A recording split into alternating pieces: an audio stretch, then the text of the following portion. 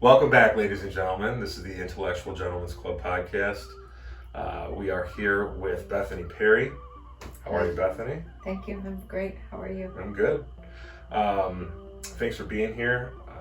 Just wanted to go over a couple things before we get into the conversation. Okay. Where you can find the website is intellectualgentlemensclub.com. You can find us on all the social medias and all that. Music is brought to you by Secrets once again. You can find him on Soundcloud, and we'll give all the links for Bethany within the episode notes, and I'll let her discuss at the end where everybody can find her. Now that that's out of the way, again, welcome. Thank you. It's great to be here. Yeah, so we met during my yoga teacher training. You're a yin instructor. Yes. And honestly, I was kind of like thinking like, what do we talk about and all this? You know, we went back and forth with emails a little bit, but I was thinking about, a little bit heavily the last couple of days, and I really don't think I'd be teaching yin right now if it wasn't for you. So thank you very much. I'm glad Jamie kept it as part of like the program. It's something that drew me into teacher training first off. So it was really great to experience like the well-rounded course that you provide during that teacher training. Yeah. So great. Before we go too deep into anything specific, why don't you just give us a brief overview of who Bethany Perry is and what you're all about and how you got started and where you came from and your whole life story. That'll take the whole hour. Yeah. A brief overview, like, who are you?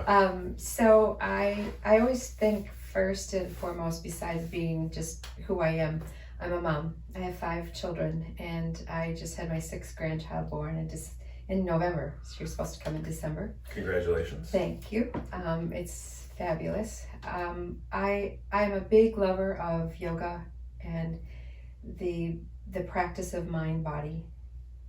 I've had some experiences in my own life where not only did yoga save me, but I studied neuroscience and life coaching, kind of blending all those together. But when I was practicing in Nova Scotia, I lived in Halifax for a while, number of years, I discovered Iyengar yoga and yin yoga. And at the same time? Yep. Oh, wow, and okay. Pretty much. They couldn't be more opposite, but Sure. What a beautiful yin yang, right? Yeah, absolutely. And so I loved the yin so much that I went to Moncton in New Brunswick, which is a province next to Nova Scotia, and it's still an eastern province, and did a 100-hour study, all Paul Greeley based yin. There are several different kinds of yin yoga. Sure, I've noticed that. Yeah, and I'm a big Paul Greeley, and I think the reason why I love it so much is because what it's given to my own body. I've just, health issues on and off throughout the years, and yin opens up the fascial tissues, allowing emotional trauma to leave. I'm going to go on record here, and I'm going to knock on wood, but I actually haven't been sick since I started practicing yoga. I haven't had a flu, a cough, sore throat, nothing. I had a couple of headaches or something, but I'm always sick, like or used to be, always about 4, 5, 6 months max. I'd be hit with a major cold or something that would put me down. And I don't know what's been going on, honestly. It's kind of everything, but I've been very grateful that I've been able to hold health like I have been. Yeah, yoga really brings health to people in ways that we don't necessarily understand without, a deeper scientific study. Is all of our emotions, all of our traumas, big or little, doesn't matter, are in our body. And yoga is not that working out doesn't help release them, but when we're only building muscle, which we all want to do. The fire. Right. The fire is important. We want fire, but if we don't allow the fascial tissues to open and release, it opens up the energetic pathways in the body, which allows essentially dis-ease to begin to leave. Some of us, certain things don't hurt anymore. Some of us, if we're not careful, things do hurt. It's not like we don't ever get sick because we practice yoga, but yoga is a really great way to better health. You mentioned energy pathways, and it's kind of a buzzword, if people are coming from like a non-yogic tradition or something, they hear energy and it's like, oh, it's woo, It's, you know, uh, what yeah, is I know. this? You know, Yeah. like, so there's so many different ways to describe it, you know, like they call it prana, you know, they Yeah. call it chi, ki, you know, Yeah. there's all these different definitions of it. But what I find interesting is the deeper I look into like the history of things, health sciences and things like that, Chinese medicine, these traditions are very old and they cross all these boundaries over do. time barriers and geographic locations. Yes. So it's strange that everybody just came up with this crazy, funky woo idea of energy. It's woo woo here, Yeah. right? But the more you study science, I'm a neuroscience geek, and I have become an epigenetic geek, Okay. so to speak. And I always say I have one foot in the science world and the other foot in the intuitive / woo woo world. Likewise. And it's really not woo woo at all. It's all science.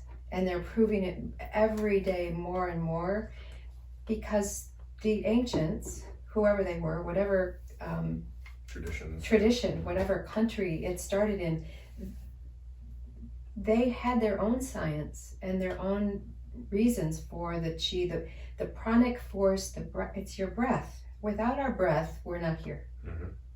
And so obviously there's something scientific to that, because Sure. it makes our body work. Drawing things in and Yeah. expirating. Right. You know.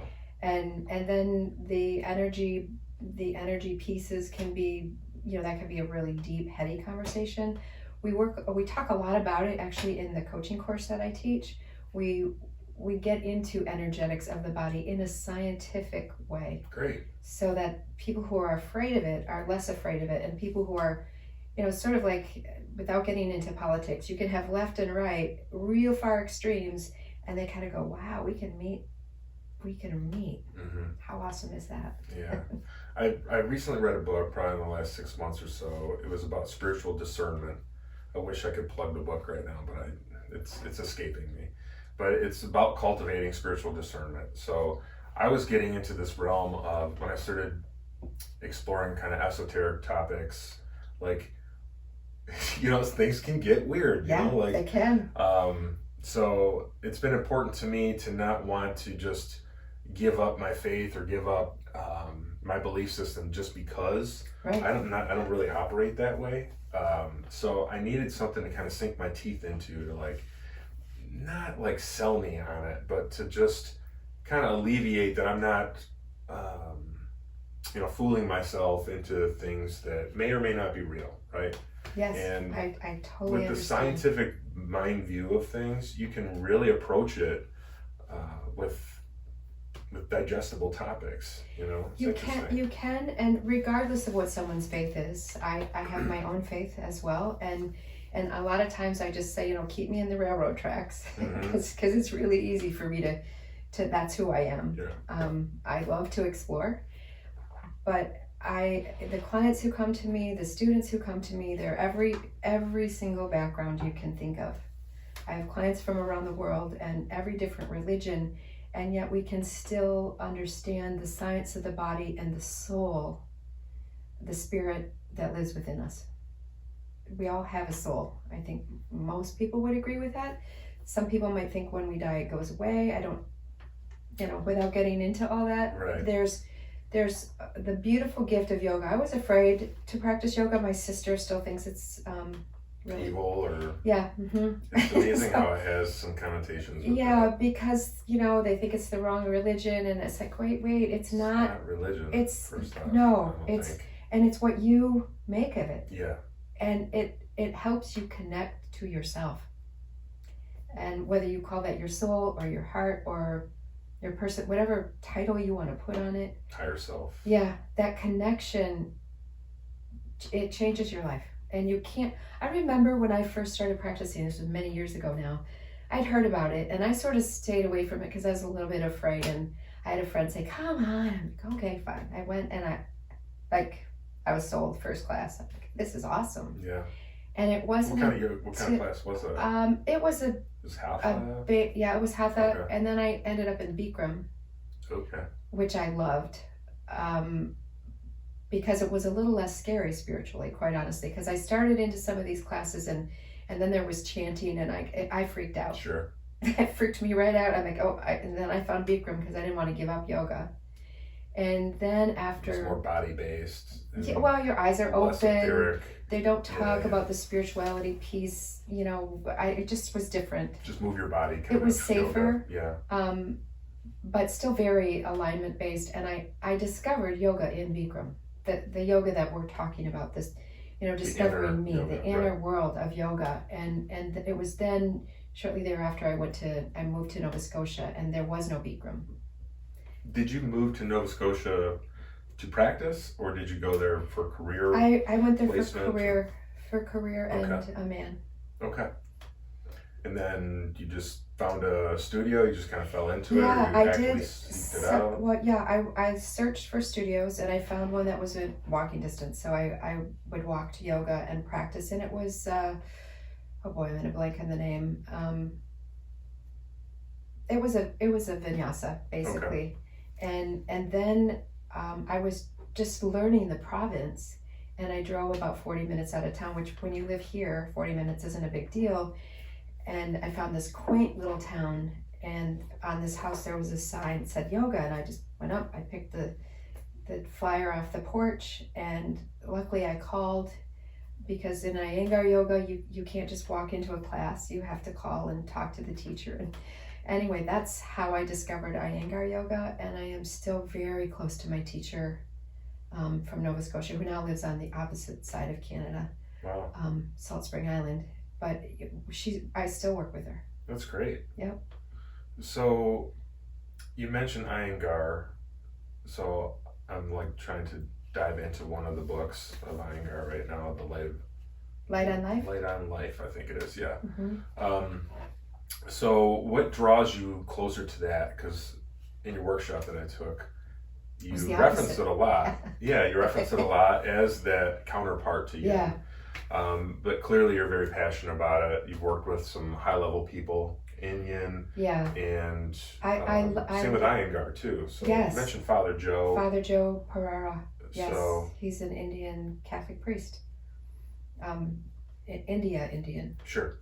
And the two to me they are very opposite. Yin is all about, you know, the area of the body that you're opening. It's about relaxing the muscles. It's about opening the fascial tissues. Nobody looks the same because every body is different. Sure. It's one of the reasons I love being in teacher training, because new teachers don't learn this. And it's incredible. And we expect yeah. when we teach yang yoga, we expect everybody to do the same, which is fine, because alignment is important. Iyengar yoga is chop alignment. It's very alignment focused. Yet Mr. Iyengar brought in props to yoga, so the props that we have in yoga came from his lineage. Like blocks and straps. And bolsters, and he has a whole workshop of even more for people who have injuries and all that, and they make do. It's amazing what they can do. So Iyengar brought props to the yoga consciousness. Yes. Yep. Worldwide. Wow. Okay. Yep. Props didn't exist before Props Mr. Iyengar. Yeah, that's right. But I love the alignment, because even though like you learned when you took class together, if you and I are doing Warrior One next to each other, we work very hard to look the same, to do it as they're saying, but we're not going to feel it the same. Sure. We're going to build muscle even differently. Because our bodies are different, and the way we open is different, and you know our bones are, hopefully we have the same bones, but they're not shaped the same. Out of anything, that blew me away the most. Like, I just figure like everybody's got this cookie cutter exact replica skeleton. It's what we think. Various sizes, you know, but the shape of the bones, like the twisting and the joints, and it was like looking at a different species from a different species and a different species. It was wild. Why I never really thought about that, and we're not taught. I don't know. I think it's wise, because we see the skeleton that we see in the labs in the science classroom. That's me. They look the same. We're like that. You know, we might have bigger bones, we might have smaller bones, but we look like that. And the truth is if you take all the wire out of those bones, they all fall to the floor. Mm-hmm. And it's the fascial tissue in the body that holds the bones together. That is something that was new to me as well. The connective tissue and how it is responsible for stiffening people up over the years. Yeah. And you don't move your body, it just builds on top of the previous layer and so on Yeah. and so forth. Yeah. Somebody who had to go through a couple leg breaks, Oh. you know, Yeah. now I understand what that whole process was. And had I had that understanding before, I would have let myself heal much differently. I would have worked differently. Yeah. But especially with the second time with the surgery, I was off my foot for 3 months, I think, and I lost so much mobility. And then I thought it was just the implant that was like giving me range of motion problems. And it wasn't until I started practicing yoga a lot. Even after jujitsu, I couldn't get my range of motion back with jujitsu, and now I can kneel on the floor and my foot will touch the ground now. Before it was like on this weird arch, and now it just lays flat.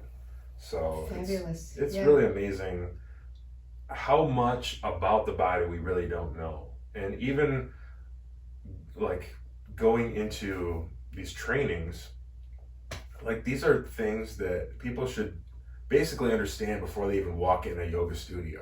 I was amazed. Yeah, when I was amazed too when I first learned it, which is why I had to go study the 100 hours, because I was like, what?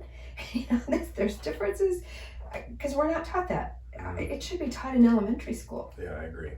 Right? Because then as people, move forward in their life with an understanding, I think it also allows for more, I always get inclusive and exclusive mixed up, but allowing people to be different, allowing bodies to look different, allowing some people are better at this than other people. Yoga is not for everyone.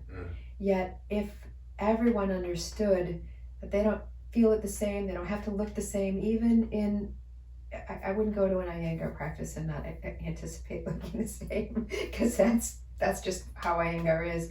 But if we understood how different we are, even in our bones, but yet we're so connected and we're so the same, that we would include more instead of, I fit in this circle. Mm-hmm.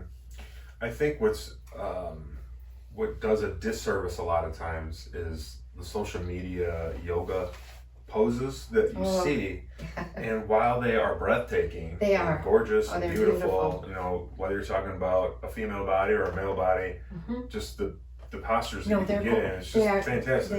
They're beautiful.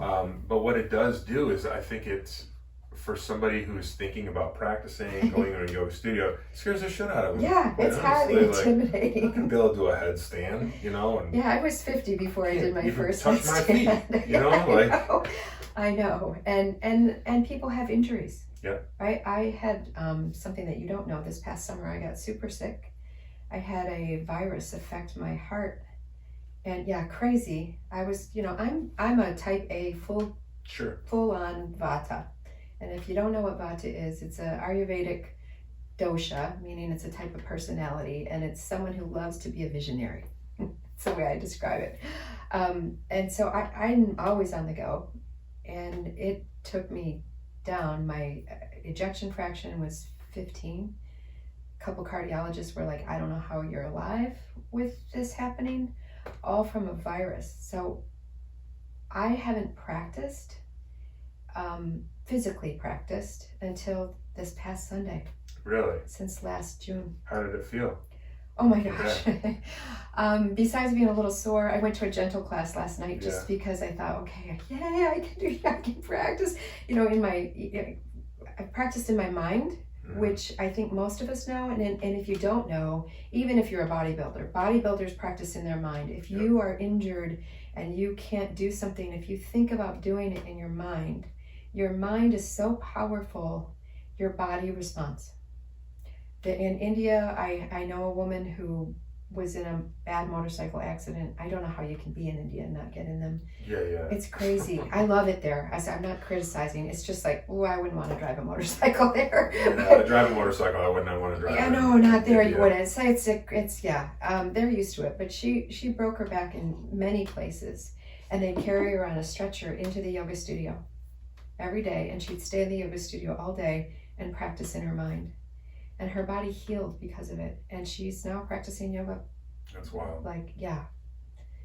And they helped, her on the way. Obviously, she didn't just get up but it's, when we have injuries, like when I went to this class last night, I know the teacher, it was a very gentle class. And she saw me and she got a little nervous. She said, "This is a gentle class." And I said, "I know, that's why I'm here. Because I can't do that." And she doesn't know. Right. And so as we experience ups and downs in health, and whether there are whatever it is, yoga is always accessible. I'm glad you're feeling better. Oh my gosh. Crazy scary. Well, I never was afraid.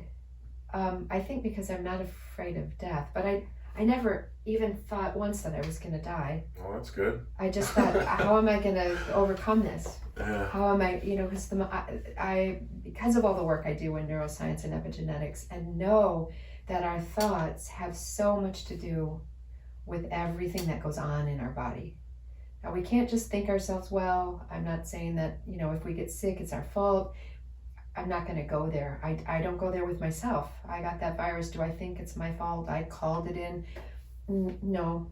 And if I did, well, okay. I'm dealing with it. Right. So doesn't really matter, right? No, it doesn't. What matters is how I deal with the situation now, how we deal with whatever it is we're walking through.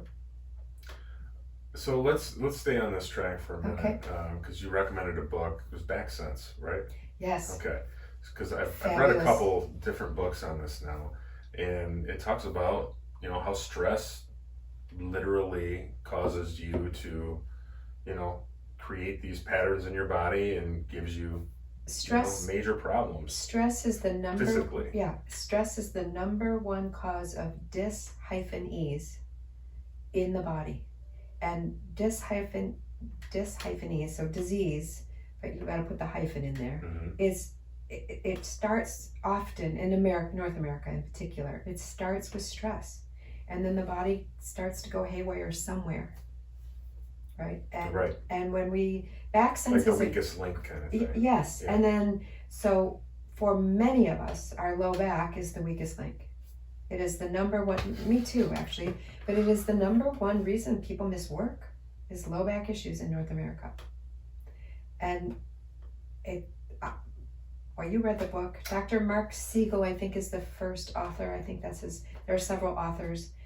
But it talks, I was mad. I think I shared this with the class. I was pissed off when I first read that book. Yeah. Because I'd been struggling with a low back injury for years. And I'm like, wait a minute. You're going to tell me this is from stress? Don't tell me that, right? We're just so accustomed to it. Like, I don't even think most people give it a second thought. Like, no. It's just how life is. And, everybody's back hurts, and yeah, some people are lucky, some people aren't. Yeah, or somebody this is my weakness. This is what... We don't think about having optimal health. We don't even think about that we can really have it. We just try not to have anything that hurts today. Yeah, well, that's why, the medical industrial complex likes to just throw pills out. It's like, it's the easy way to do things. Yeah. And until you really kind of address what's going on, you're only addressing the symptom. I'm sure everybody listening pretty much knows this. You're addressing the symptom and not the underlying problem. Right, we know it, but we still, not all of us, I'm not making any judgments, but we still stay in that paradigm because we don't know what else to do. Well, nobody makes it very easy to do anything else either. This is true. It doesn't make the wheels spin. You know what I mean? No, and like I love to say, like we often run around like we chop ourselves off. We live up here. Yeah. We separate ourselves from our body. We think our body is here to carry our head around. I'm still trying to learn how to feel my body. It's crazy. It's a big practice, and the brain is constantly scanning the body, but the body actually talks to the brain more than vice versa. And so the brain is like a master computer that is constantly scanning the body as the body tells it. Wicked smart master computer. Yeah. For most of us. Yeah. And so as the brain works to resolve things, right? This is a little segue, but it's interesting to know. So let's just imagine you were 2 or you're 3, something when you were young, something major traumatic happened. Whether an adult thought it was traumatic or not, it was traumatic to you. That 2 or 3 or 6 or 10-year-old had to figure out a way to process that and get through it without a lot of skills in language or life. And when someone has patterns in their life that come up later and you're like, why do I keep doing this? Why does this thing keep showing up? It shows up differently because we get older. It's because that pattern is in the brain because that 2-year-old or 6-year-old or 10-year-old made a decision to serve you. It was a positive intention. But when you're 30 or 40 or 50 or 60, a 2-year-old's decision or a 10-year-old's decision doesn't quite serve anymore. So when you say the brain, you mean the physical portion of the brain, or are we talking about the mind, or both? Well, so there's a lot of theories about, is the mind and the brain separate or are they the same? And without getting into, because I don't care what anybody, I've heard all the theories, and I kind of look back and just go, I don't really know how I feel about it. When I'm talking to someone who's convincing me one way, I agree, and then they convince me the other, and so I just go, well, I don't know. I figure we'll figure it out if we're supposed to. But the mind, so the brain is like the mind brain up here is about 10%. It's like the iceberg, right? 10% of your conscious mind is above the water. The subconscious mind is in the body. And the brain is always talking. So your left brain, and you're going to start hearing it right now because it never stops talking. It even helps us process our dreams, but it argues with itself. You ever have dialogue inside your own mind with yourself, it doesn't always tell the truth. And yet, if we say it enough, our subconscious believes it, and then we begin to act and live out that with false information, that false truth. Yeah. That's frightening. It's frightening, but it's also like, how cool, because that means I can change my mind and change the way my body responds. Do you feel like neuroplasticity changes as people get older, so they're less able to change, like people are stuck in their tracks? Well, that's a fixed mindset. So there's a great video, I can never remember the name of it. But just Google fixed mindset, fixed versus growth mindset. There's several different videos on YouTube. Check that out. It's something that all of my students, the first weekend of the coaching course, we look at that video because at any age, we can have a fixed mindset. Now, you notice that as people get older, they get more set in their ways, right? Because as we get older, I'm 61 now, so it's kind of freaky. I see my mom, and God love her, she is an amazing woman, but she's doing the fixed mindset thing. And it's inspiration to me to not. Yeah. But then I find myself sometimes going that direction. And that's where the gift of mindfulness comes in. Because it's hard to see without that. It is. It's super hard to see. Yeah. Mindset. And having, which is why I love coaching, because having a coach or really good friends who are willing to say, hey bud, dumb down a little bit. Open up. Yeah. Because no matter how much you expand or where you expand, right? Just new learning. Like they say that crossword puzzles is good for the brain, right? Which it is. But if you only do crossword puzzles for the brain, it's like only doing bicep curls for the body. We need to do many more things. Yeah, cross train. Yeah, we need our whole, we need that mind, body, soul connection. And it may be a phrase that is old, but it's true. It rings true. Yeah, it rings true. Yeah. And when you study neuroscience and understand and epigenetics, check out Bruce Lipton, The Biology of Belief, or Joe Dispenza. If you haven't read his book, he's got many, and they're all good. It's a doctor, right? Dr. Joe. Dr. Joe, yep. He's got some amazing books. I'm blanking on the title of it. If it comes to me, but it's science. Is it The Body Keeps Score? That's by Bessel van der Kolk, and Okay. he is a trauma. That's a fabulous book too. But wow, I can't believe I can't remember that. Anyway, I won't. Any book by Joe Dispenza is great, and his meditations are amazing. And Greg Braden. Those are three. I just went to a conference in November with all three of them, and with big intention to heal my heart. Tomorrow I have an echo to see where I am. So, Oh, cool. Yeah, I'm hoping. I'm not sure it's going to be quite as high as I want, but they told me it would take a full year, so I've got some time to get there. And it's been a lot up here, a lot of work up here to work in here. Yeah, I've gone through the same thing, and I think everybody does. We all have challenges in life and traumatic events that happen that are expected or non-expected, and we need to process it somehow.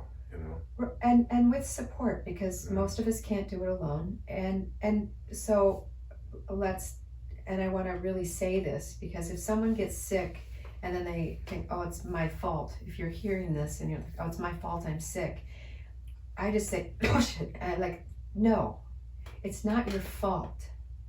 And even if it is your fault, let that go. Mm-hmm. I mean, we don't know. That's right there is holding you back. Yeah, and it's hurting you.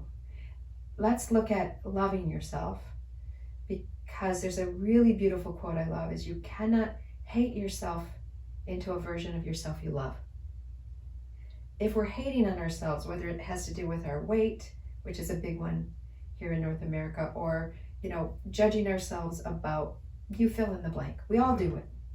But if we're really hating on ourselves, we can't change into someone we love. We have to move into loving ourselves where we are, so that we can grow into someone we love more. Totally makes sense to me. Yeah. Hate will get you nowhere. No, well, it will get you somewhere, but not where where we want to go. Yeah, not where we want to go. So and those are all principles that I love that are part of the coaching course that I teach. And so when I became a coach, I'll just let's talk about. I'll go backward. Yeah. So when I was in Nova Scotia, I met a PhD neuroscientist. We were friends, and she said, "Hey, I'm doing a coaching course. You want to take it?" Well, back then I didn't know what a coach was, and football course? Yeah, I'm not. I'm so not a football girl. Sorry, hockey okay, but I coaching me on what, right? Yeah, exactly. Yeah. So, but it was neuroscience, and I've always been a geek about the brain, and I wanted to learn what we were studying, and that's how I got into coaching. I didn't do a ton of coaching in Nova Scotia. I was more, I had my own studio, so I taught yoga more than anything. Though I did a little coaching. But when I came back to the States and I needed to work, and I thought, well, I don't really like to work for other people. It's just the way it goes. And so I hung a shingle and I started coaching. And as people came, I kept seeing these themes. And I thought, okay, so I'd pull in the neuroscience, and I'd pull in yoga, and I'd pull in my love of food and nourishment. And I'd just pull in, what's going on in your life. And as those four legs of the stool came into being, and then I'd get people who have been through severe trauma and can't get help, they can't afford it. And so I created a nonprofit. But to serve the people who come to the nonprofit, I need coaches. So I created the coaching course, which is at wholelifehealingcoach.com. It's long, but it really is about your whole life. Yeah. Right? It's about serving your heart. It's about freeing your body. It's about meeting you right where you are, not where you aren't, and just loving you. Because a lot of self-care.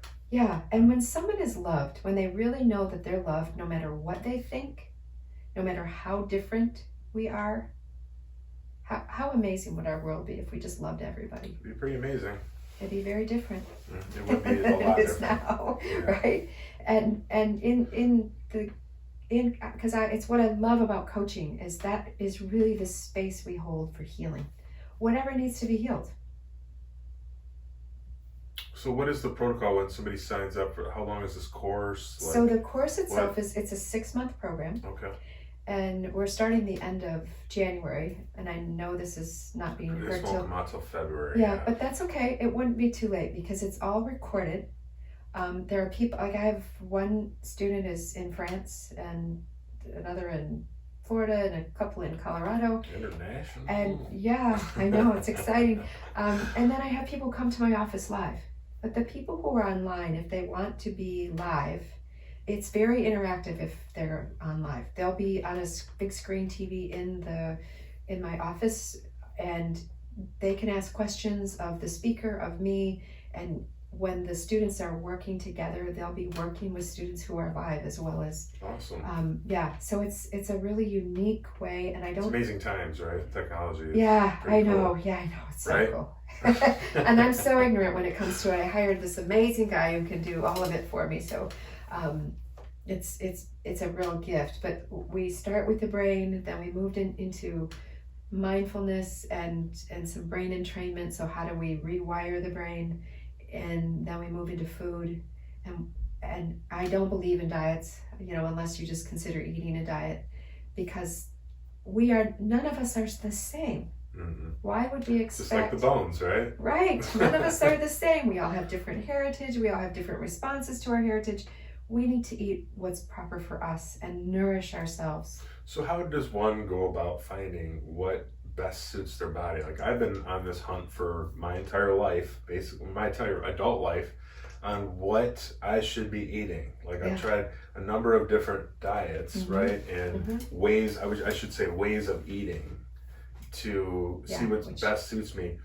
Do you run blood work on anybody or figure out, because I've heard that there are ways you can figure out like things you're sensitive to that you should stay away from. Yeah, There's Ayurveda. Yes, I am a big Ayurvedic. I love the seasonal eating, though I don't tell any one person how to eat. We really work together. Don't boss me around. That coach doesn't boss around, unless it's a football coach maybe, but I might get a little strong. I might strong arm you a little bit, but really it's only when you can handle it and when I know you can handle it, right? But tough love. Tough love. But when it comes to food, I use muscle testing. Muscle testing. Yes, so muscle testing is also based on the energy in your body. We're full of polarity, and the energy, if we know anything about the chakras or not, if you know about acupuncture is based on energy in the body. And Dr. Goodhart, he was actually a Michigan chiropractor, created muscle testing. It's used around the world, not just by chiropractors, but it's used by physicians. It's used by many people. I use it in my practice to help people, so that, like, I know people go to a nutritionist if they're having issues and they just say, okay, we're going to do an elimination diet, and they take them off all this stuff, and it's like freaking hard. What? Now if you have serious issues, you may need to do that, but and you can get blood work. I can have someone do blood work, or I do urinalysis that I can do in my office. But I really like to use muscle testing because your body, we don't think about, when we eat good food, right? We know it's good food. We don't have to think about extracting what nutrient where it goes. Our brain doesn't have to think about any of that. Thank you. Like, that's all we'd be thinking about if it did, right? And frees up a lot of bandwidth. But the body knows what to do. Yeah. And we can learn muscle testing so that we can, and it, is it 100% foolproof? No. And it's not fortune telling, doesn't tell the future, but it can tell you right now, this is what my body needs right now. So how does this work? Basically, a great way to do it, just lots of ways to you can look online. And if you're interested, send me an email, life@bethanyperry.com, or my website is a little bit wonky right now. It's being worked on, so everything's a little bit funny, but you can still contact me there as well, which is bethanyperry.com. And if you reach out to me, I'll send you a one sheet on muscle testing. And if you're interested, I offer a free session to anybody, and we could incorporate that into the first session. But basically, you stand and face north. I like to teach standing. People use their hands like this, which is fine. But when you're first learning to access and understand the energy of the body, going here it's a lot harder to hear. And when you muscle test, you don't ask questions. It's a statement, and you always start with your name. So if you face north and you zip up your energy, it's just literally like this. So it's the computer's energy isn't in your way, and that's the intention you're setting, and you say, my name is Jason, you should lilt forward. And if you lilt backwards, you probably need to hydrate, or you need to cross body, elbow, opposite knee. And then, and I can even show you if you want, and I mean, it works. And if you're, so then once you have your polarity and you know your yes is a yes, because that's, your body knows its name, then you can muscle test which supplement is best for you. If you're looking at all these vitamin D's, which one do I take? So do you mean just to stand facing north, have a question in mind, and ask your body a question? It's not but you say it in a statement manner. Okay. Because a question, you want to, and if you get confusing answers, really think about what you're saying and break it down. Because especially when you're first learning. Specific. Yeah, be very specific. And you can, like, sometimes if I often use it at a restaurant. Now, I used to stand up, I'd go to the bathroom, I'd look at a couple things and I think, I don't know what my body needs right now. Sometimes you just know, sometimes you don't. So I'd go to the bathroom and do it. Now I can do this under the table, but this typically comes later. And when you do it this way, it's like a yes, so my name is Bethany, I hold really strong. Now, can I pull my fingers apart? Yes. But you can feel it energetically. You can just feel that strength. Okay. And my name is Jason. They immediately come apart. And so you're basically trying to cut through your own bullshit? Yes. Is that what it is? Yeah, like you're a pendulum effect almost? Yes. Okay. It's very much a pendulum effect. All right. But it's in the body speaking, and it's shutting up the left brain. Okay. Yeah, it's what it does. You can, right. And it's a beautiful tool. I've had this explained to me a couple times. I've never heard it called muscle testing, but I still didn't understand the concept. So I think what you just explained kind of wraps it up. It's based on the polarity, and in time when you've practiced it a lot, like I don't always have to face north. Mm-hmm. If I get confusing answers, I might be dehydrated. I might need to face north, depending on what's going on. What is it with the north? With the well, direction? it's polarity. Okay. So if you use a pendulum, you ask for a yes or a no, right? Which direction? It's not always the same.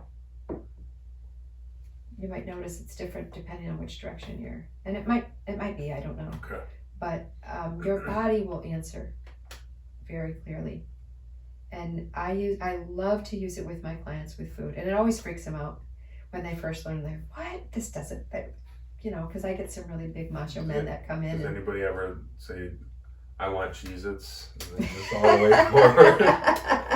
Well, they may lean forward on purpose, but they get pissed off when their body doesn't go forward with something that they want. Now, it doesn't mean you don't still choose those Cheez-Its. Sure.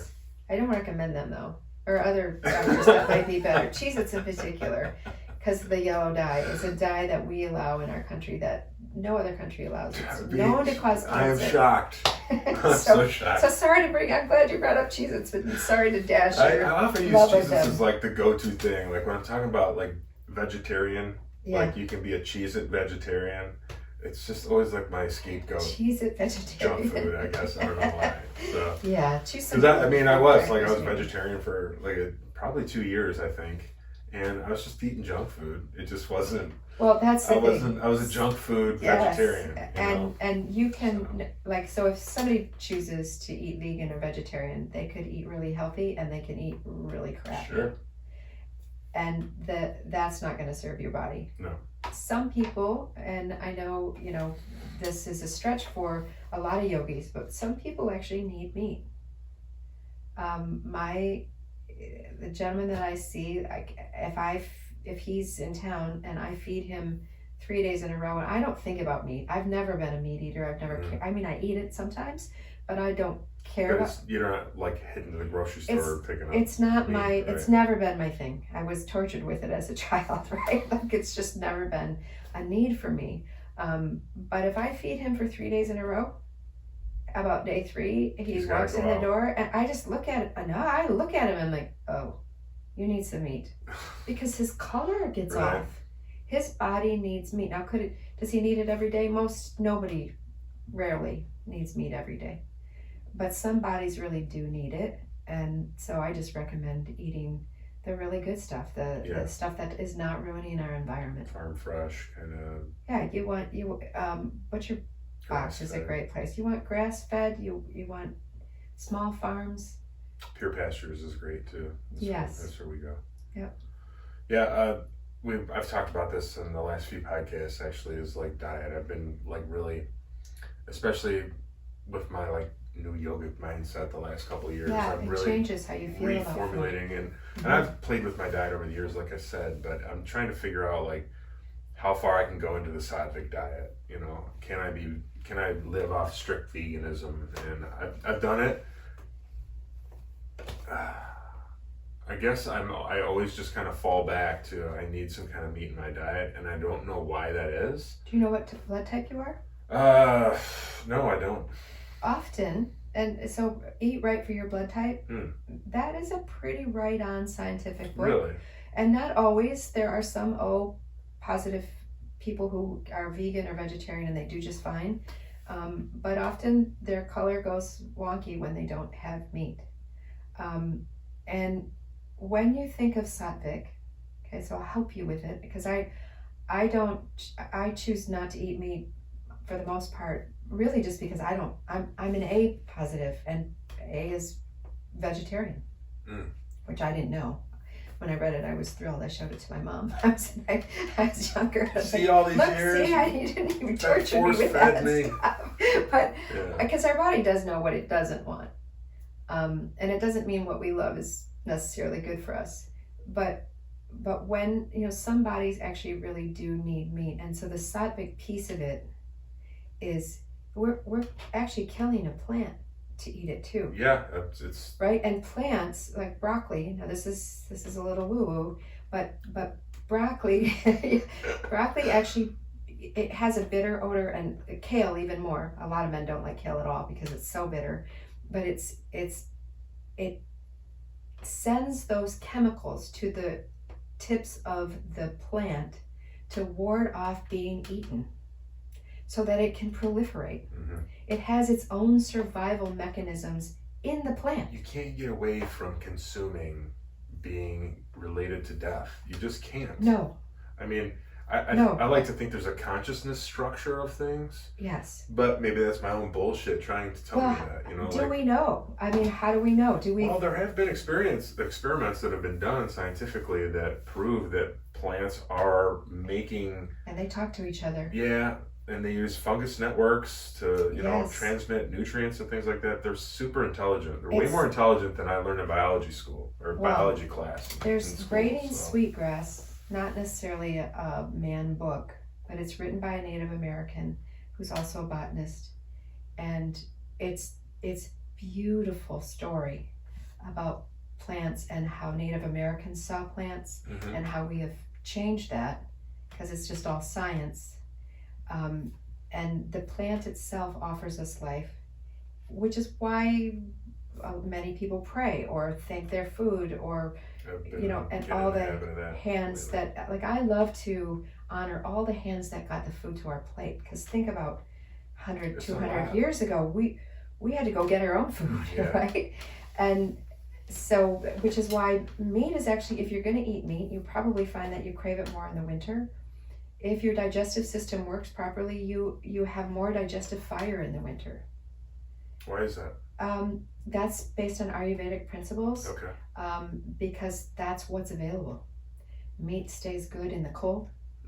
So you hunt in the fall. Like think when deer hunting season is. Yeah. Right? It's when especially where we live, it's when you need it most kind of thing. It's when you need it most and it's more cold. Calories per... And our body digests food differently throughout the year. Not only through the ages of our life, but throughout the year. So seasonally, you mean? Seasonally. So we don't digest meat the same in the summer as we do in the winter. Well, there's a lot more heat. Like your body's usually around a lot more heat encompassing. So I can see how... You would think the heat would be more. You'd think that the heat of the summer you would have more digestive fire, but you really don't. You have more digestive fire in the winter for heavier foods. When you think of seasonal foods, squashes, beans, root vegetables, root vegetables, all those things take more to digest. There's a really great series, and if you're interested in it, it's from Dr. John Douillard, Life Spa, but you can't always get it. He sent me all 4 videos, and I just share it with people. Helps him, but it's just interesting on questioning your digestion. What's it called? Life Spa? Life Spa. Life Spa. Dr. John Douillard, Douillard. He's brilliant. There's so much information on his site, but he has this series talks about how deer. It shows the studies of what they eat in the winter. They would be sick if they ate the same thing in the summer. Really? Yeah, and the Ayurvedic principles are the same for us. That we need to. Some are more fresh fruits and vegetables, and what do we want? We do eat more fresh fruits and vegetables then, because in the winter, I don't eat salad in the winter. Very rarely. It's too cold. Honestly, I haven't really been wanting it, but I try and, pack as much fruits and vegetables in my vegetables mostly, because fruits, I'm going to get the sugar great, it's just kind of like icing on the cake, but I know if I pound my body with vegetables, that's a another smoothie reason or you're salad. Yeah. I tend to steam them, or I do a lot of roasting in the wintertime, just because I want them warm. So you want to eat warmer foods in the wintertime? Well, I personally do, okay. and our digestive system actually likes it better, because it makes it a little bit easier to digest. When you eat broccoli raw versus broccoli cooked, you can already feel it, I would think, if you think about it. Okay. It's a different digestive process. It's not bad to eat salads in the winter because some people have more digestive fire, which is also very interdependent on you. It's interesting because I've noticed incorporating a lot of proteins in my diet that are not meat, beans, lentils, but they're taxing in my digestive system. Yes, initially. Yeah, that should get better. It really didn't. It hasn't. I worked on that for about a month, and it really didn't let up. Yeah, I would say that you want to work on it for about 3 to 6 months. Okay. And it can help heal the gut. There might be some other things that you want to add. It's a common complaint, but truthfully, even though none of us want to be in a situation where we need to stay at home, but truthfully, it's healthy. Yeah. It's healthy to pass gas. I enjoy it. Don't get me wrong. I just don't enjoy it for other people. You know what I mean? Yes, I know. Hey, I'm all about telling humor and stuff. Yeah. But but it's actually, it speaks of health. It means things are moving, and we want that. Okay, I'll have to remember that. Yeah, I'll have a conversation with your wife. Right? She don't care. She's great. Good. Yeah, at home anything goes. It's and it's not that I can't deal with it when I'm out. Like, it's not to that level, but it's uncomfortable. It's like, and for some people, let me pucker up here from that. I would teach say, a class. Yeah. Well, yoga would be is really so great. normal. I would start with the smaller legumes. Okay. Just like lentils and things like that. I would start with lentils and have beans, but have them maybe a little less often, or less to begin. Yeah. To begin, and if you ever make chili, put in a can of organic pumpkin.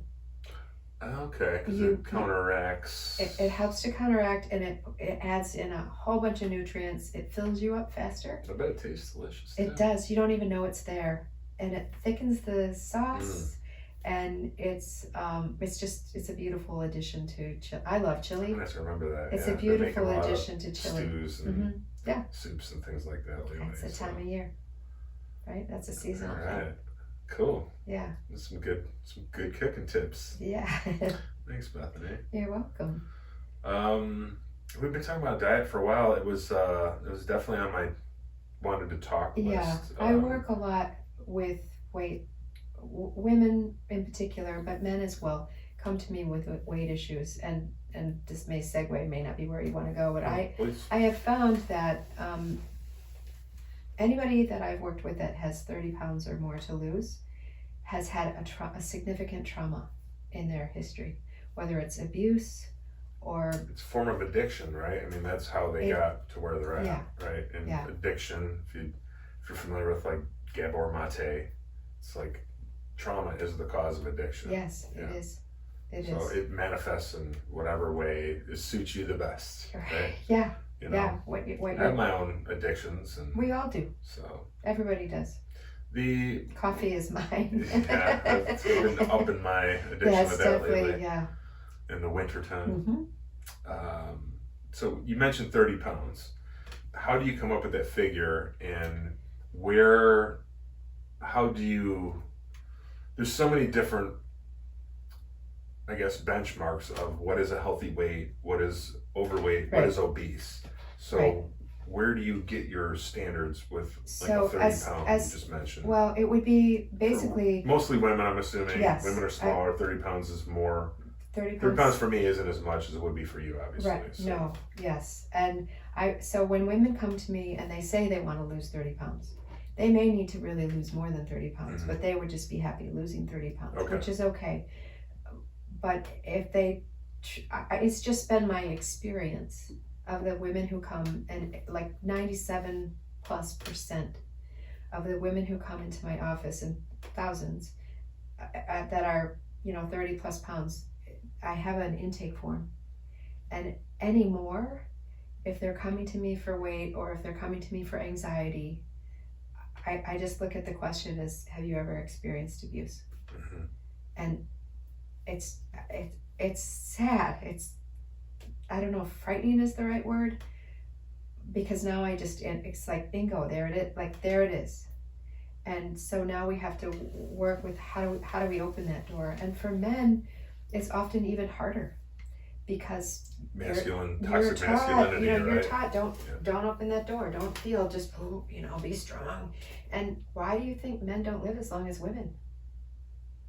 I believe that one of the reasons is because the cultures, Stress level. the stress level, and the cultures demand that men not feel, or hide that shit. Sorry for the language, but that's I hear it. And to be able, I love working with men who are, we work very gently. I mean, I don't tell everybody, you gotta cry, or, you're not doing it right. But just opening doors to their feelings, because that connects them to their body. I tell you, it's a powerful thing.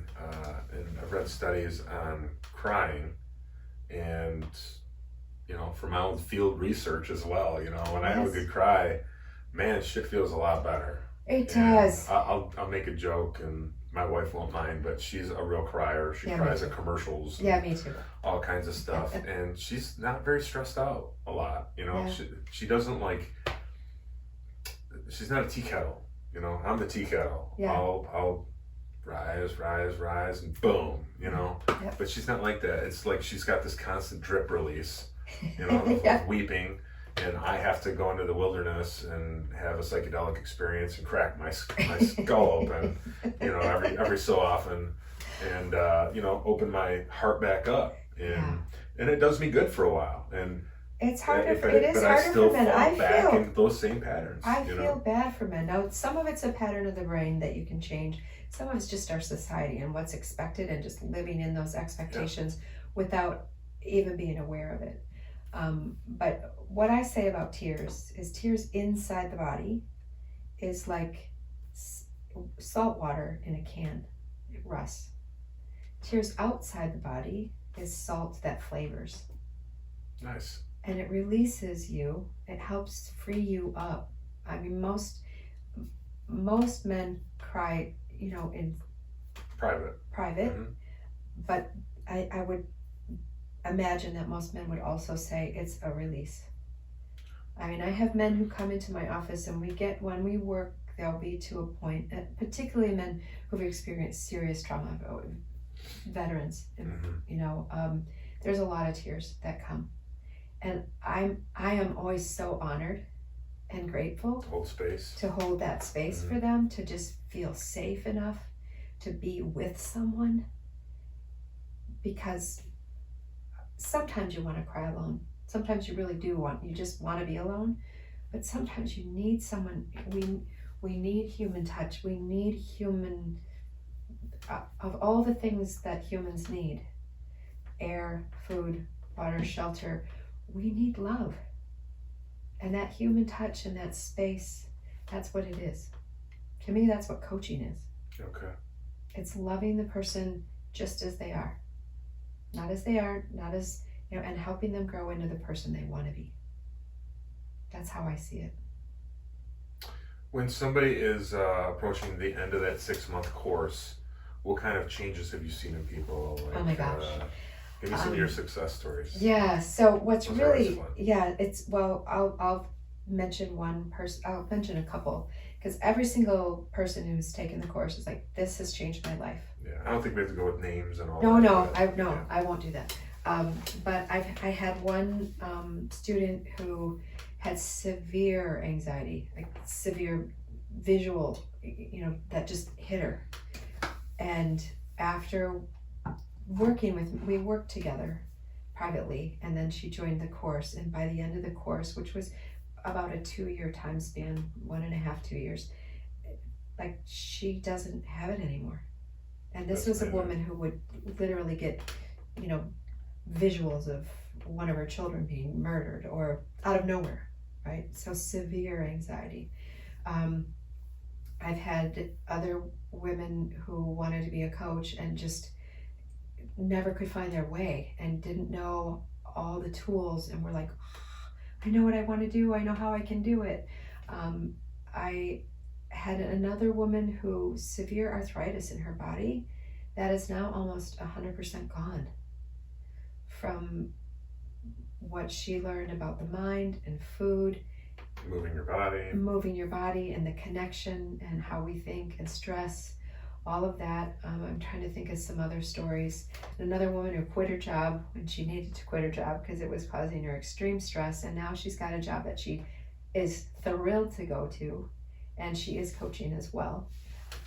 So there's a lot of different really big transformational stories about, because the biggest piece of the coaching course, I think, is if you want to be a coach, you've got to do the inner journey. Yeah. You want to teach yoga, you got to practice yoga, right? Right. And so you do the inner journey. And I even think if you want to be a coach, you need to have a coach.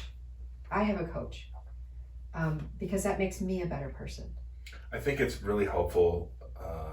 I mentioned this in, episodes way past. It's helpful to have a mentor, but it's also helpful to be a mentor at the same time. Yes. Like, you have to, getting both ends of that is like seeing where you may have come from and seeing where you want to go. And where you're at in the middle. And that constantly is shifting, right? Like, yes. I want to talk about like guruship in a minute here.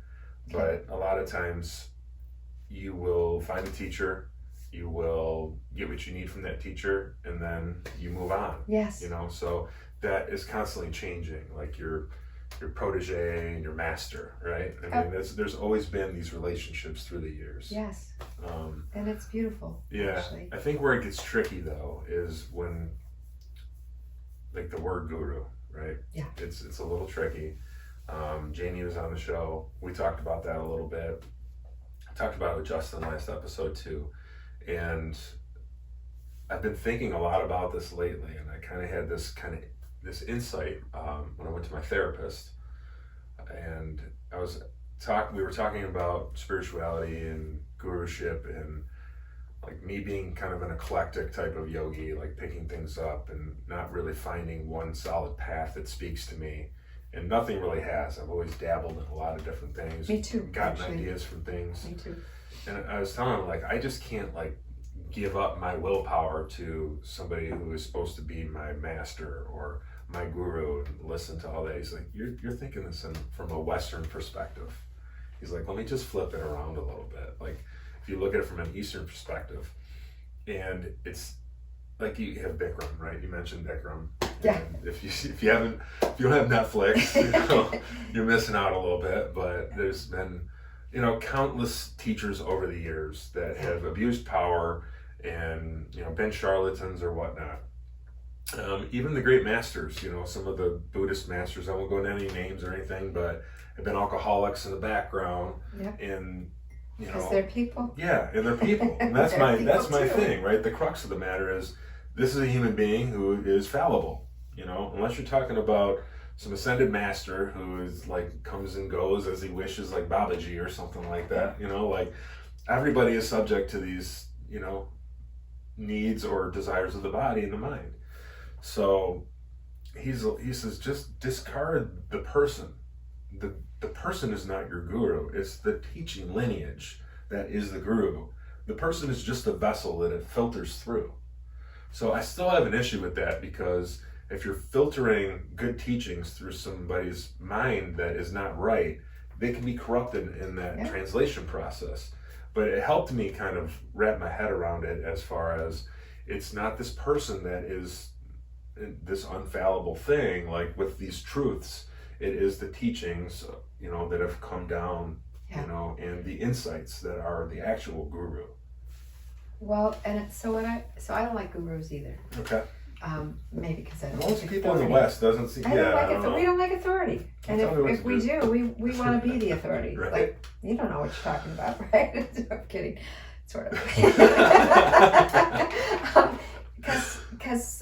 Because of Father Joe, I mean, he is in the East, and he is looked at as a guru, and I see him very much as someone to look up to, as far as that lineage. A mentor, perhaps. A mentor, right? In some ways, but in others, I think there's. I think the paradigm is shifting. The way I look at gurus now, and I think the whole paradigm, the guru paradigm, is shifting.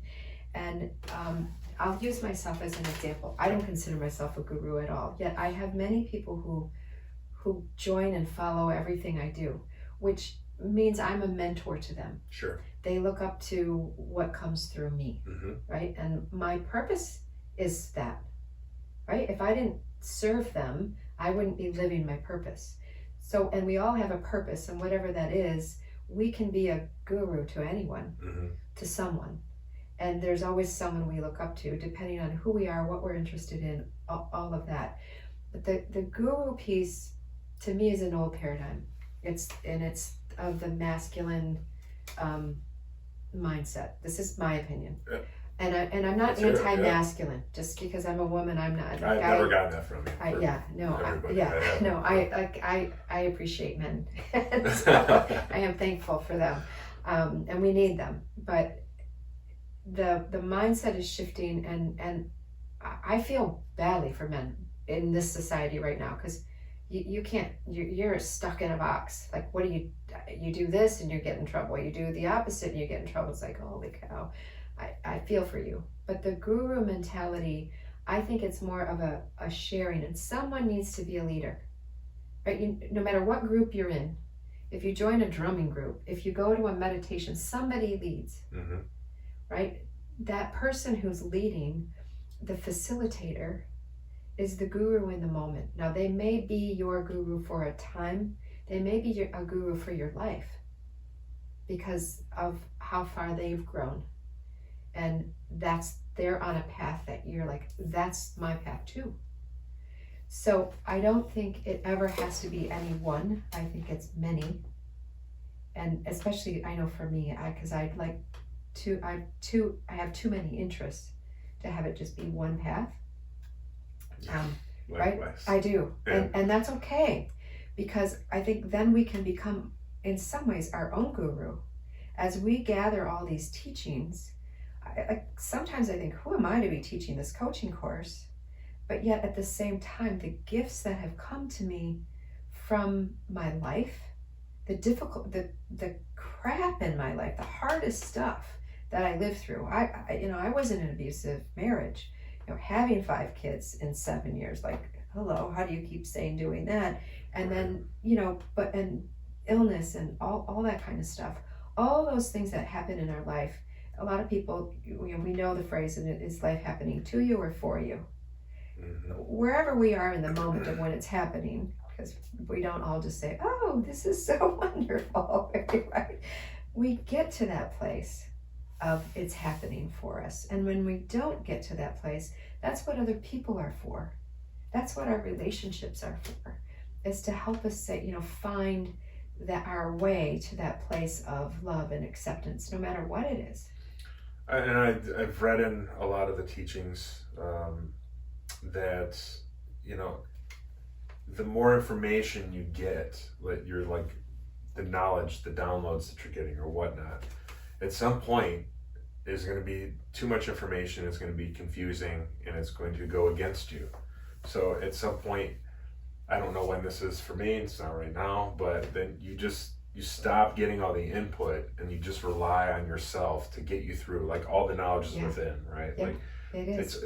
you know, even the Bible, it's the knowledge is within you, It right? is. Like all these And different tapping sacred into texts. that, And yes.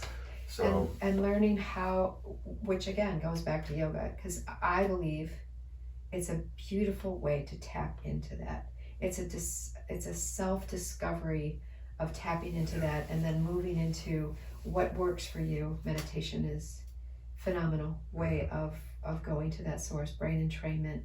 I don't know if you've heard of that, but that's a piece of my course. Maury Zelkovich speaks, and his brain entrainment has changed my life on many, many levels of healing, both emotional and physical. So there are so many different ways to bring it into our life, and we're all drawn to, you know, everybody has who they're drawn to, and that can change.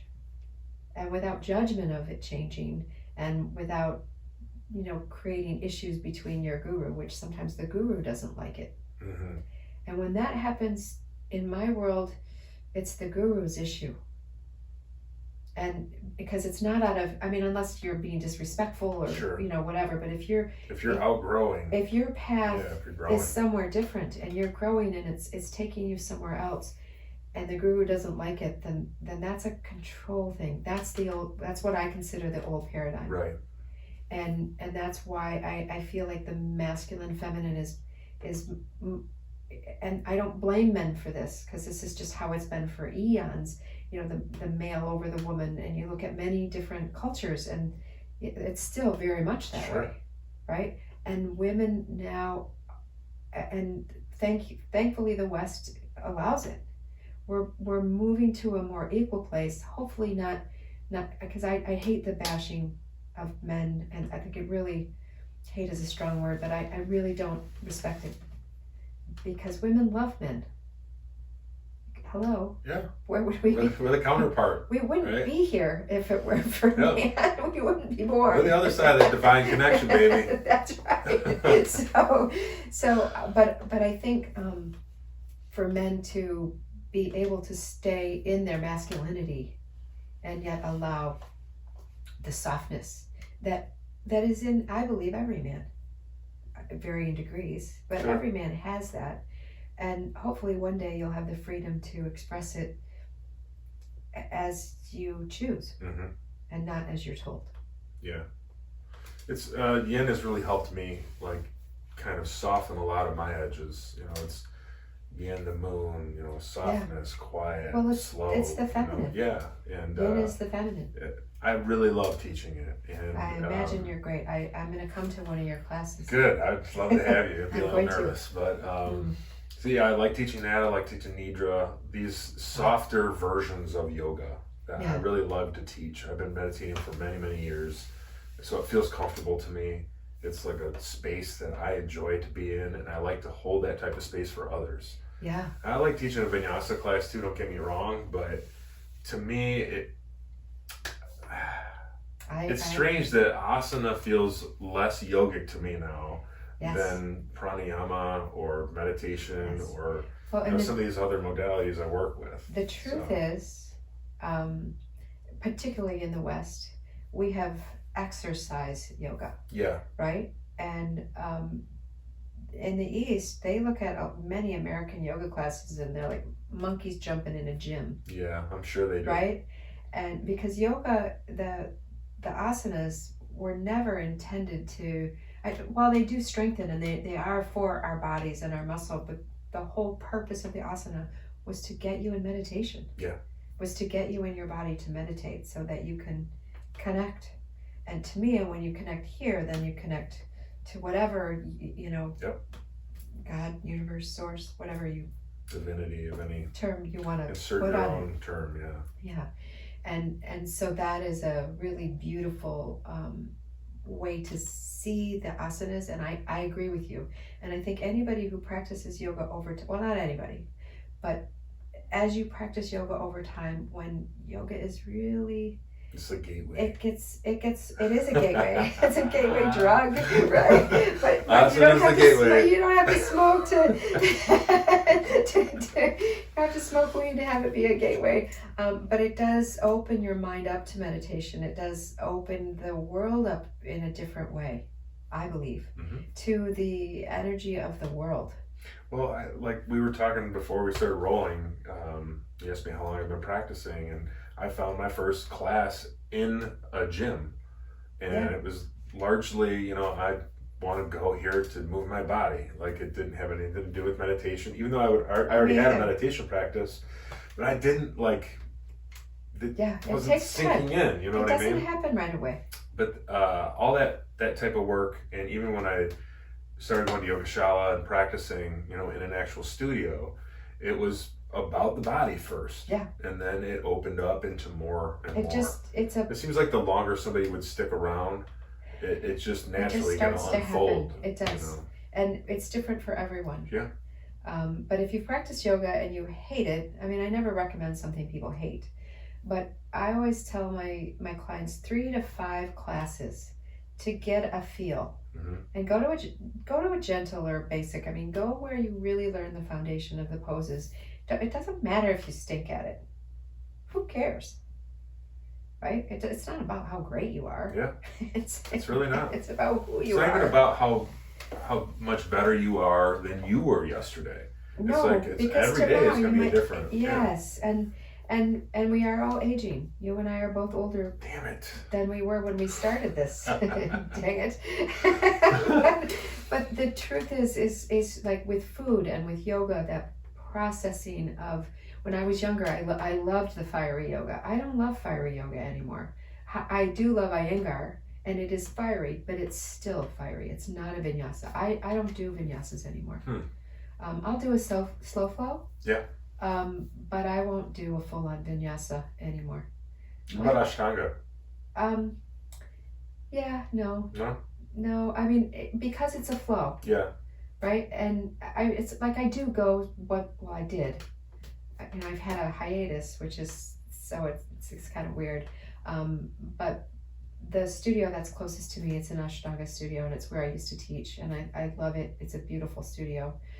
Brian Grenadier and Kate Red Lotus out in Rochester. Otherwise, Yogashala would be, it's my home.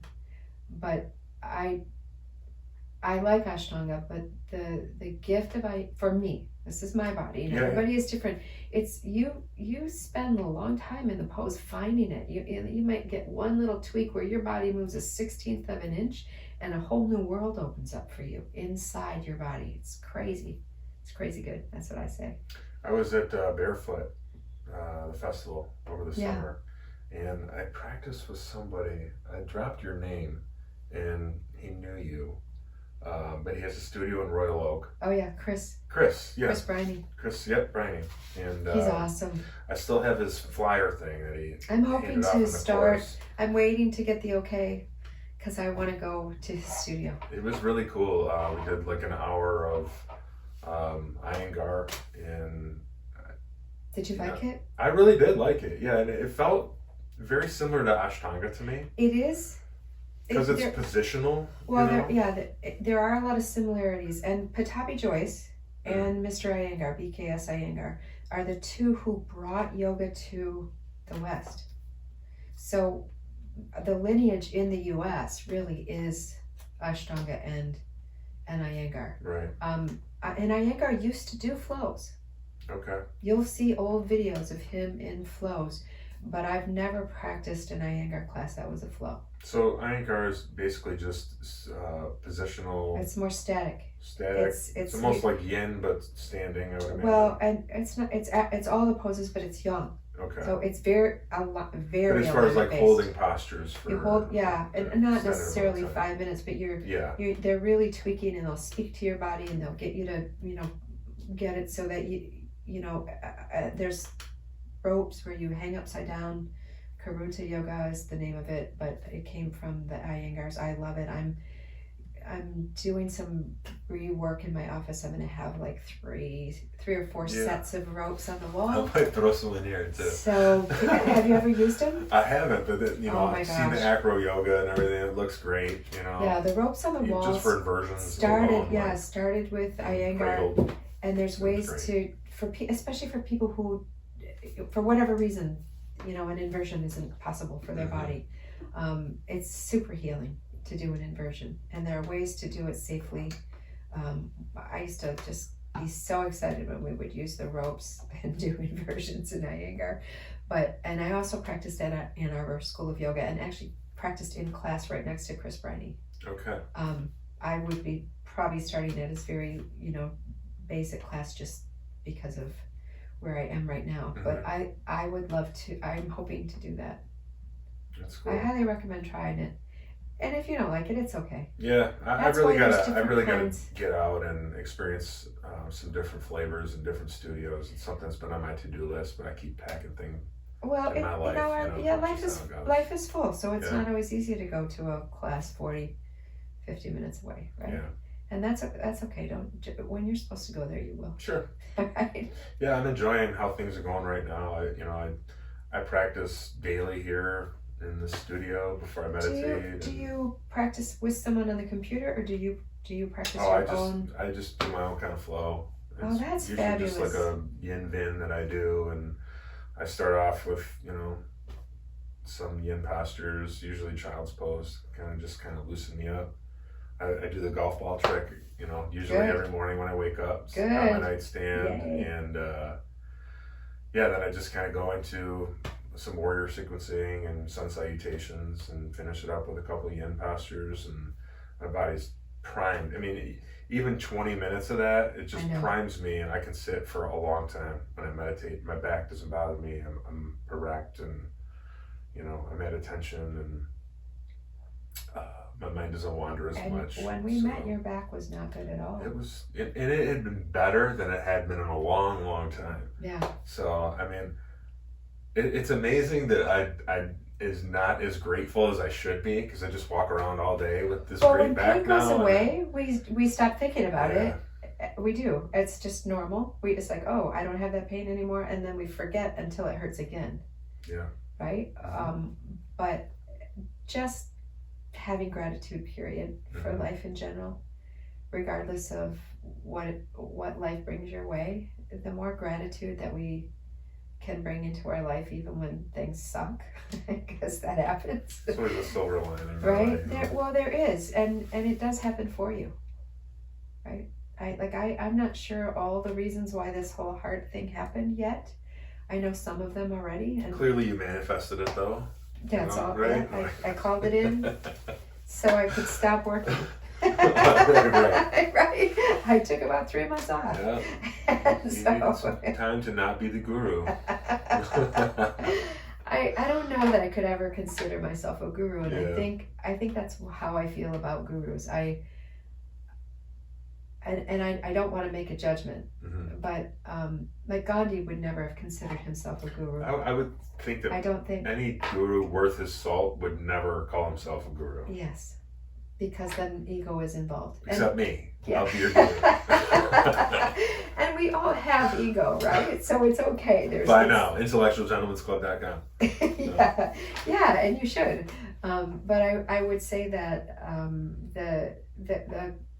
the way, particularly in the West, how we look at a guru, it's an old school thought. It's like a woman saying, I'm only gonna get married and I'm gonna stay at home, which is fine.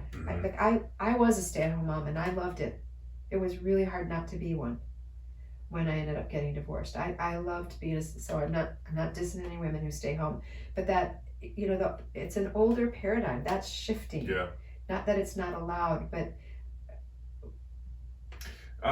with technology too, there's so many different ways to have access to a lot of this information, and there's no gatekeepers anymore. I think of that's another thing we were talking about, when I was speaking about the gurus, you're thinking it's a priest or a rabbi or something that's how you're thinking of a guru. That's the Western mindset. Get outside of that bubble.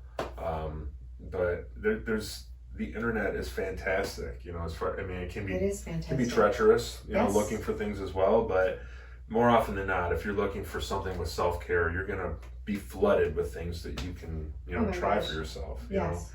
There's almost an information overflow, Mhm. which is helpful to have a mentor to kind of reel these things in, Well, and a mentor who is what I would say like a coach, Yeah. who doesn't just say, well, this is the way I think, so this is the way you should think, right? A mentor who helps you explore what you think and why, and helps nourish you with the path that you're on, whether it's read this book or let's talk about this. You're not giving people fish, you're telling them you're teaching them how to fish. Yeah, because we don't all like the same fish, Mm-hmm. right? And we're not supposed to. If we all love salmon, there wouldn't be very many salmon to eat. True. Right? We need differences. There's a lot of variety in people. We want that, and as much as we think we want that, so much of our life we're people pleasers. We wear clothes like how, what's in style. Mm-hmm. I mean, granted, that's what you can buy at the store. Sure. But if you can wear the same size for many years, are you going to pick something out from 15 years ago and wear it now? I mean, maybe 15, 20 years ago you might, but it's coming back around. Yeah, it always comes back around. Retro. But we are meant to be different. It's the beauty and the gift and the rainbow of life, mm-hmm. Of having differences, and Variety's the spice of life. Yeah, and not doing this with it, mm-hmm. right? But opening the hands and saying, how amazing that we can, be united in the foundation of love, and disagree, but who cares? We're human beings and we can love each other. And I think yoga and proper mentorship is the way to do that, and mentoring others. Yeah. For the same. Yeah, being a guide, a mentor, somebody to look up to, or even I like the word guide better, or mentor better. Yeah, than guru. I like when I'm teaching. That's what I kind of feel. I don't feel like I'm a teacher, or I don't feel like I'm this wisdom share, or whatever you want to say. A guide is the best thing that I can. That's how I feel about it. Well, I'm just guiding you. You do what you want to do. I'm just trying to just trying to steer the ship a little bit for you. But also because you need that facilitator, right? Sure. When you need that leader, you're also the vessel. Sure. So when you're teaching, I can only imagine you are the vessel for all that you have learned in your life. And the people who come to your class, that's why they come. Yeah. Besides what it's doing for their body, they come for that. I hope so. I feel like I finally have got. I don't feel like I got a handle on it. That's a bad way to say it. But I feel like I've found kind of. I found a way to hone in everything that I've been working on within the last 20 years, honestly, and being able to share it in a way where I'm not flaunting myself. Mm-hmm. And in a way that I'm not telling people what to do. It's just I'm just sharing my information, and people are taking what they want and they're leaving what they don't, and it works great that way. It's beautiful. Doesn't hurt my feelings if you don't want no, and to take me, something that I'm saying. And to me, that is a true. That's the guru I would go to. There you go, right? Because none of us, well, most of us don't want to be told what to do. Yeah. And we want to explore. And so I'm with you. I'm not really into gurus.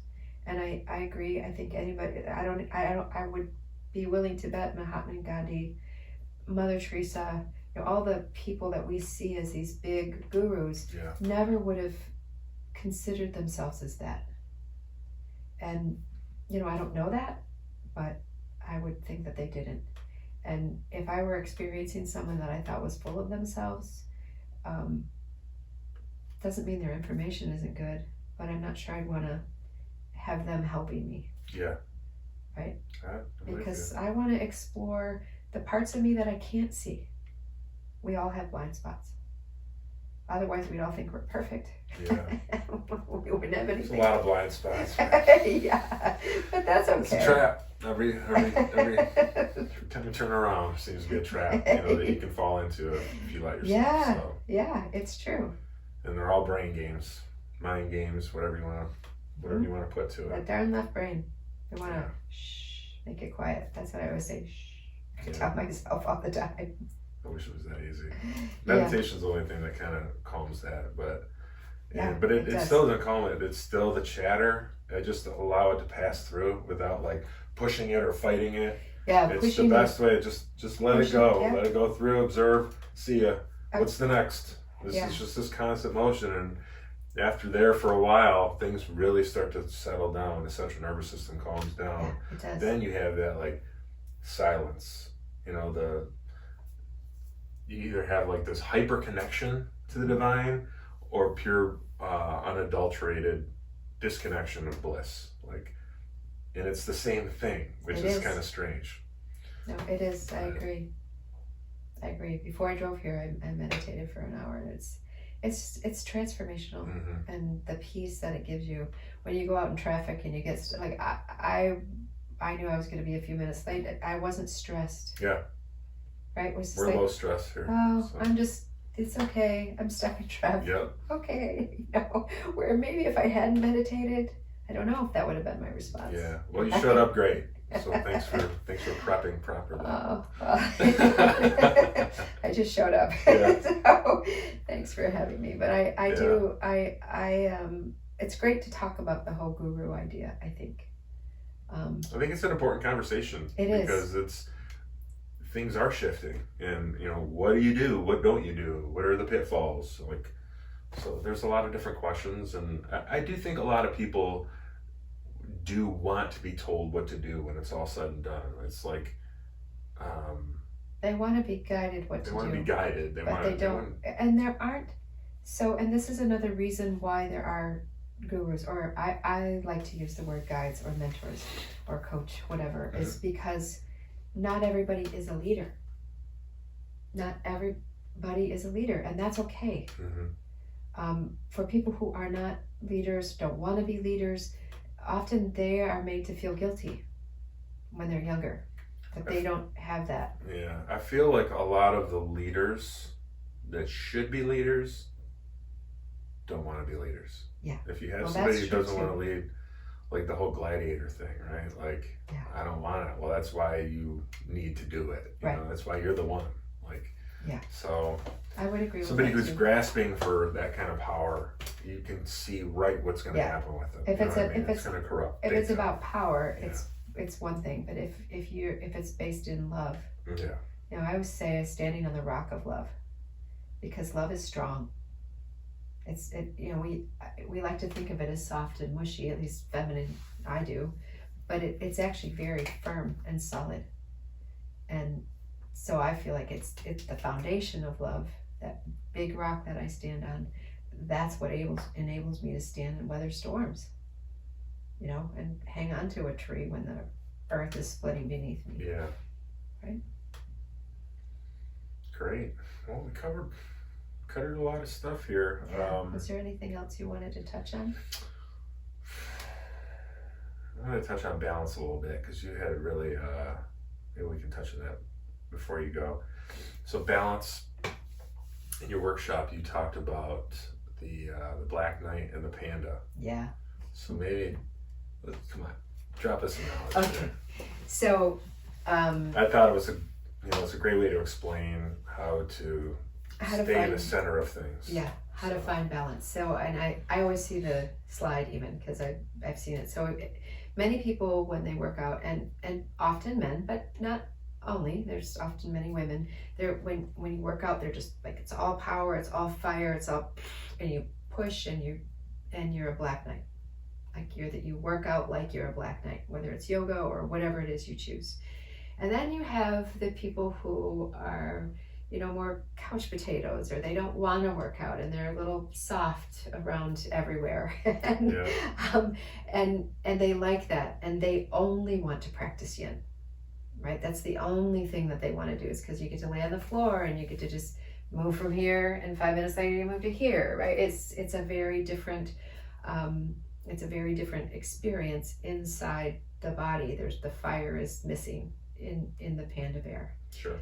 But the balance is, because what happens with the Black Knight is we end up with injuries if that's all we ever do.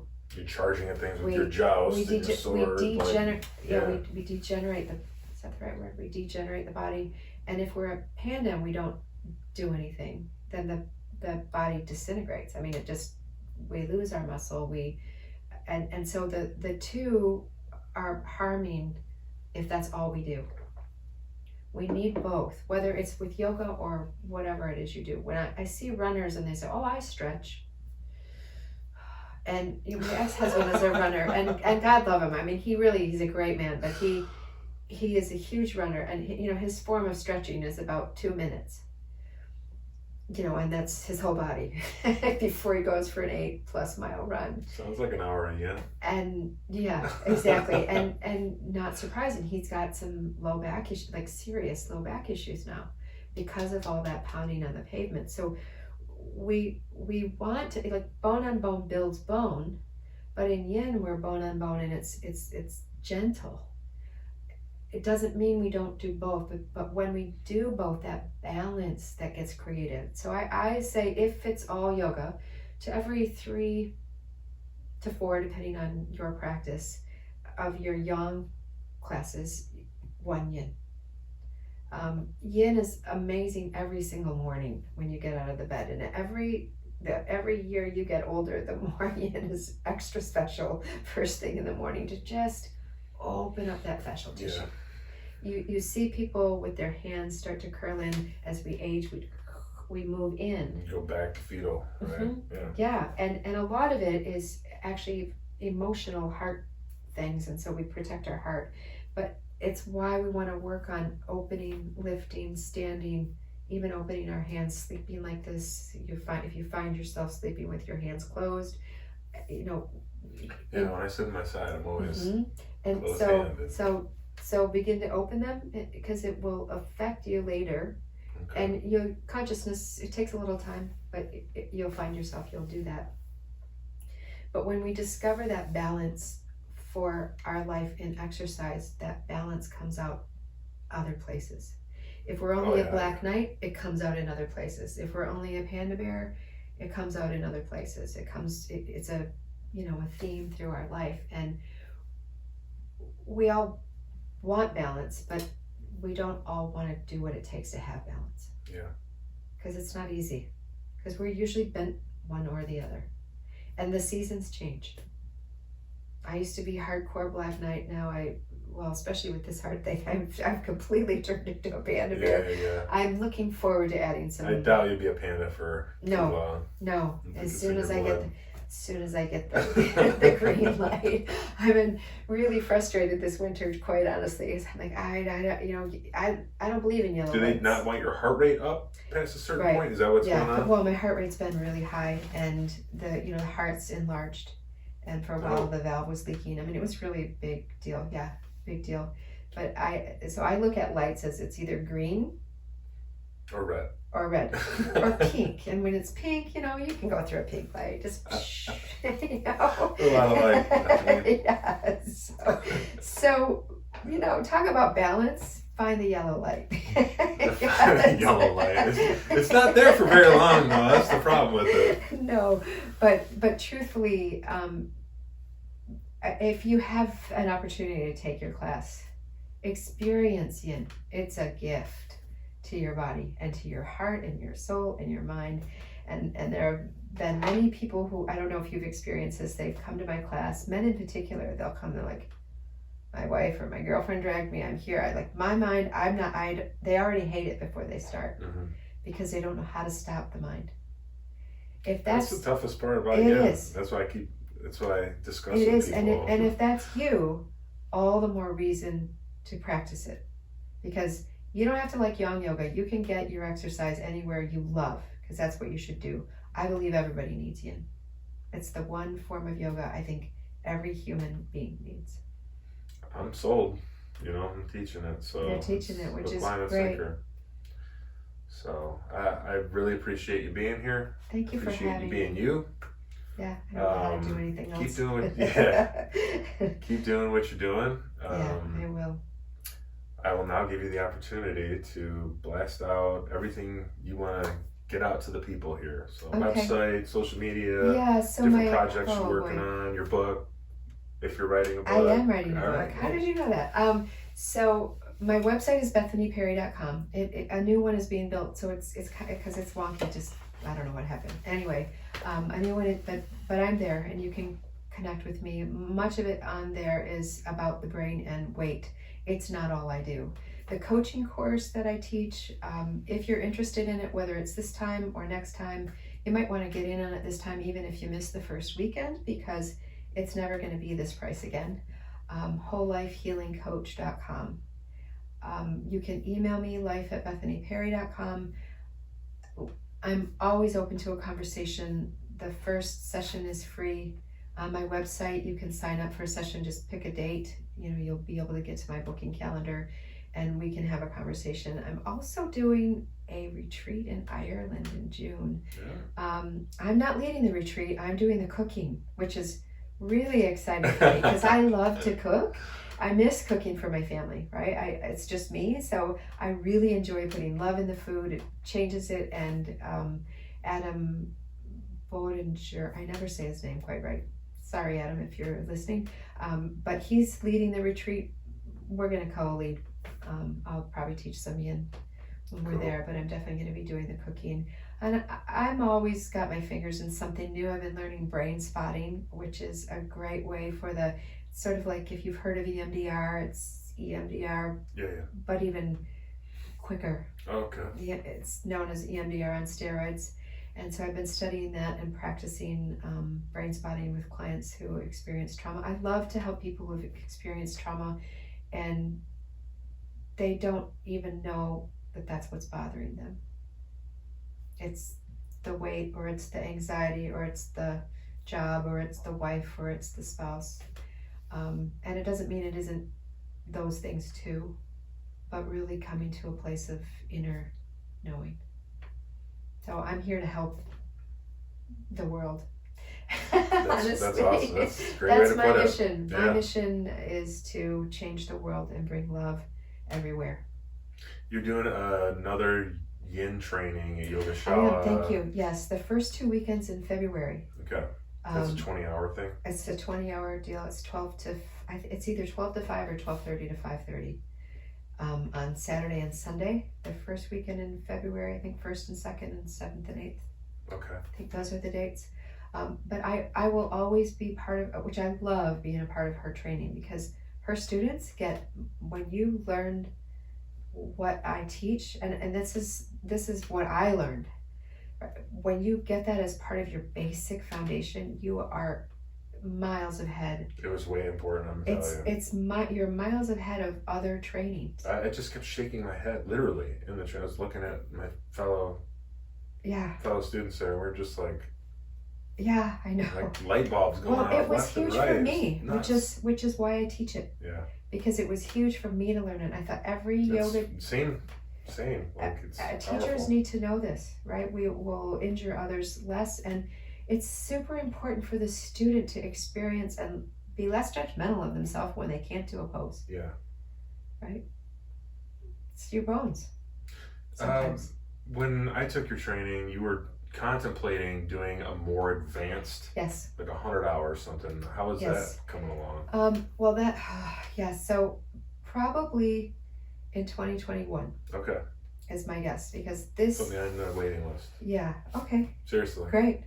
This year I'm focusing on the coaching course will be accredited hopefully before this course is ended, and it will be CEUs for people who need CEUs. And I'm focusing on that. And for the 500 you're talking about? For the Whole Life Healing Coach. Oh, okay. That piece will have CEUs. The yoga is all through Yoga Alliance. You get, this is for if you're a psychologist taking my course, or if you're a nurse or whatever, and you need CEUs for your career. I got you. You'll be able to get that through this coaching course, whether you want to be a coach or not. But also, I am working on a book.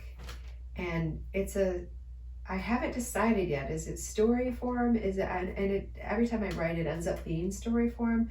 I'm working with someone who's helping me, just staying accountable. Sitting still is not really my specialty. And I'd much rather just say it, speak it. Well, the technology exists. I know. Just I use speak it. your book out. I do. I use it. Drag and dictate. It's awesome. That's cool. I'm sure there are more, because Drag and Dictate I got it a long time ago. But yeah, so I am working on a book, and I have a title, and I'm going to save the title. But Yeah. I'll come back with it. Cool. When you release, come on back. Okay. All Awesome. right. Thank you. All right. Well, thanks again for being here. Thank you for having me. Yeah. I'll have all the links in the show notes. So if you guys didn't write anything down, just follow the link, follow the Yellow Brick Road, Yeah. and you'll get there. So intellectualgentlemen'sclub.com is the main website. We're on YouTube, Instagram, Facebook, Twitter, all that stuff. I'm pretty infrequent on it, but we're out there. And appreciate you guys watching. Hope it was helpful. Hope you take this information and do good things to the world. So Yes. hang loose out there, everybody. Have a great night. Take care. Thank you. That's good. Thank you. All right. That was good. Yeah, that was good. I hope it helps. So I can tell you the name of the book. It's called To the Masses for the One. To the Masses for the One. Mm-hmm. Very cool. It's a name that was given to me in meditation, and a long time ago. And it's never left me. So I'm writing it.